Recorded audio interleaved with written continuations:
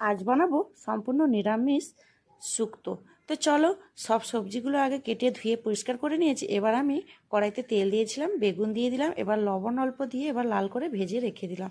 এবার এদিকে দেখো, আমি বেগুনগুলো ভেজে তুলে নিয়েছি। এবার এদিকে উচ্ছেগুলোও বেশ লাল করে ভেজে নিয়েছি। এবার বড়িটাকেও বেশ লাল করে ভেজে তুলে নিব। সবগুলো ভাজা হয়ে গেছে। এবার 5 ফোড়ন দিয়ে দিলাম, শুকনো লঙ্কা, সজনে ডাঁটা, কাঁচকলা আর দিয়েছি আর সেদ্ধ করা আলু। এবার এটাকে দিয়ে ভালো করে মশলাটাকে কষিয়ে এবার এখানে দিয়ে দিয়েছি আদা বাটা। এবার আদা বাটাটাকে দিয়ে কষিয়ে এখানে কালো সর্ষে, সাদা সর্ষে, একটু কাজু বাদাম কুচোনো আর দিয়েছি কাঁচা লঙ্কা দুটো। এবার পেস্ট করে এখানে মশলাটাকে কষানোর সঙ্গে সবজির সঙ্গে ভালোভাবে কষানো হয়ে গেছে। এবার ভেজে রাখা সবজিগুলো যোগ করলাম। এবার এটা নাড়াচাড়া করে এবার এর মধ্যে দিয়ে দিব অল্প জল, ওই মিক্সি ধোয়া জলটা দিয়ে দিব। এবার জলটা দিয়ে ভালোভাবে মিশিয়ে দিলাম।